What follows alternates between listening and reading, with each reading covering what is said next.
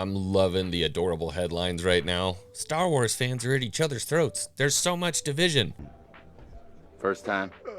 I think we've just got short-term memory and we've forgotten just how nasty Star Wars fans can be when it comes to our beloved franchise, but Ahsoka in general has definitely seemed to stoke some of the fire in fans' hearts again to really begin some passionate discourse.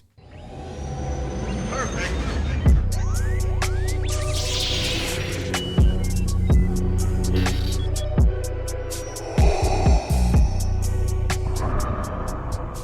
Now, on one side, if you're upset, I obviously can't blame you. I believe I fall into that camp. We had so many issues with the sequel trilogy, came into Mando, thought Star Wars had been saved, and then we had issues with Book of Boba Fett, we had issues with Kenobi, and then of course we had Mandalorian Season 3. We went down a bad road, looked like we were coming back up, and then just took a hard left and fell right off the end of the cliff.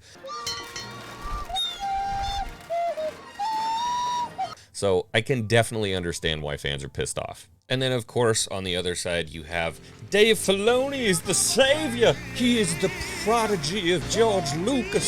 Say his name and Star Wars shall be saved. And to be honest with you guys, I'm not buying that. 100%. Let me explain. On one side, as discussed, we have been beaten over and over and over again by Disney in terms of telling them this is what we want from Star Wars, and being turned around and slapped in the face and given subpar content, cinematography issues, story issues, prop department issues, pacing issues. Music has been a huge issue for me, basically since they took over. What the f was that? But to a lot of us, more than just technical issues, it just doesn't feel like Star Wars. It doesn't feel like George's vision. It doesn't really feel like a continuation of the legacy that George instilled. But on the other hand, you have folks who see a sprinkling of hope because just in the first 2 episodes, we've seen certain things that Dave is trying to do to pay homage to George, pay homage to the Star Wars that came before, and give it that certain kind of feel. And beyond that, the implications of the story that he's telling do include some expanded universe fans, obviously bringing Thrawn in and the implications of everything that Thrawn and his story brings to the table when it comes to Star Wars is an exciting prospect. But I give pause for one reason.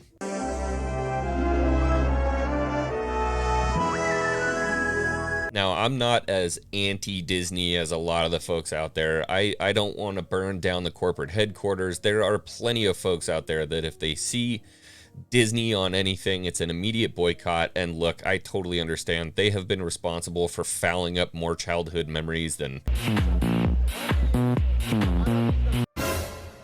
They're gonna take my channel away.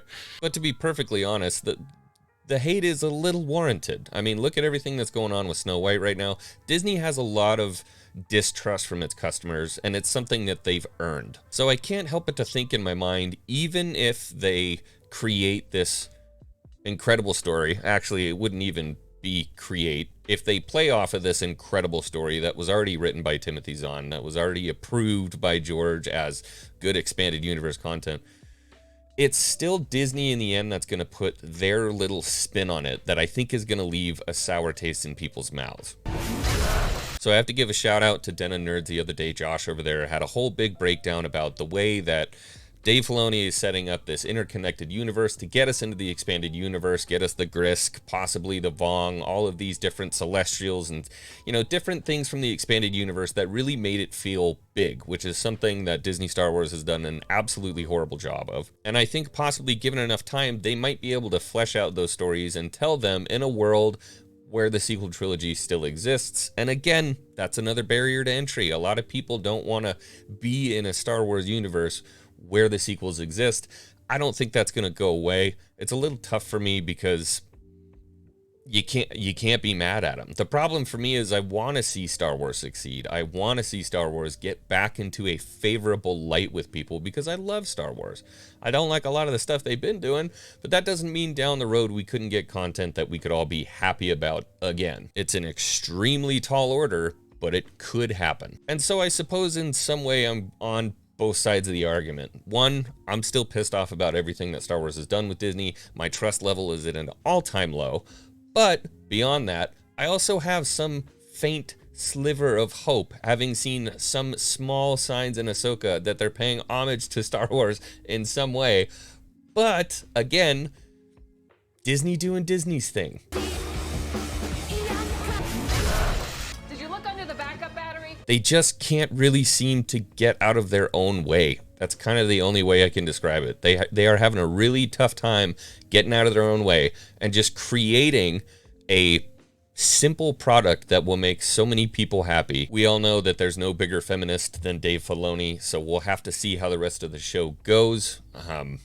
I'm excited to watch it. I don't know if it's going to be good. I hope it is. I can't tell you how happy I was actually seeing spaceships in space again in Star Wars. That was an incredible thing to see. But what I'll tell you is that my hope is minimal. My distrust is pretty close to max, but that doesn't mean we're completely out of the game yet. There's a possibility we get some. I don't know. Next episode of Ahsoka airs tonight. Tomorrow I will be on stream with Jay talking about it, and then we'll do a late night on Wednesday. I hope to see you all there. We'll catch you on the next one.